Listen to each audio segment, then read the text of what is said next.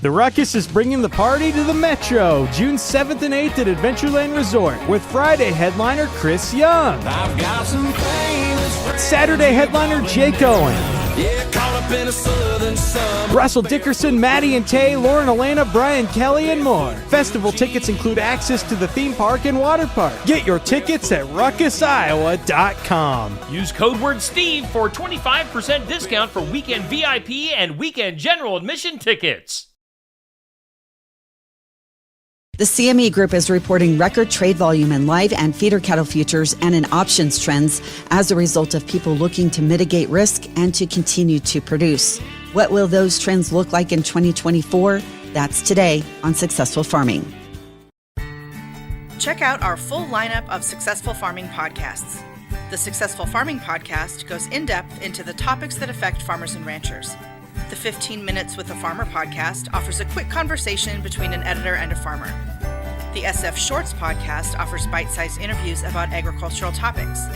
And the SF Daily podcast covers commodity markets, weather, and the big things happening in agriculture each morning. Search for Successful Farming wherever you download your podcasts.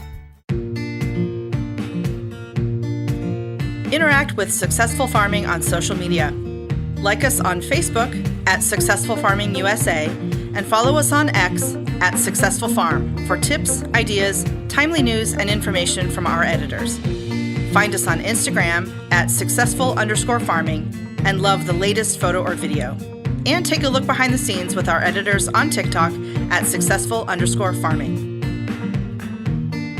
Mackenzie Billings, CME Group Manager of Livestock Products, explains that some recent trends that she has experienced includes increased action in the options markets, along with a high volume of livestock trade, despite significant obstacles. Well, I think, the biggest issue is we were coming out of COVID, right? And still continuing to recover from that. And then you've got a bunch of other things happening. We've had a couple wars. We've had interest rates. So we've had some inflation. We've had high input costs. We've had drought. And to top it all off, we are now in the midst of restarting a cattle cycle. So there's no shortage of topics and issues that are impacting the marketplace right now.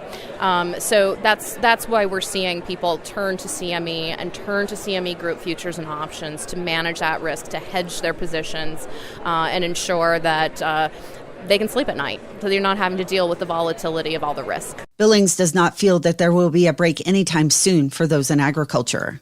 You also have some interesting political things happening in the world, not just only here in the United States, but globally. And so that could possibly impact imports and exports. You've got a lot. You also continue to have interesting weather patterns. So what is going to happen as far as drought goes? And what part of the country is that going to hit? And when and where? And so there's really just no shortage of issues. Billings points to their website at cmegroup.com for more information, resources, and education when it comes to using futures and options as a way to mitigate price risk. I'm Lori Boyer. For more agriculture information, log on to agriculture.com.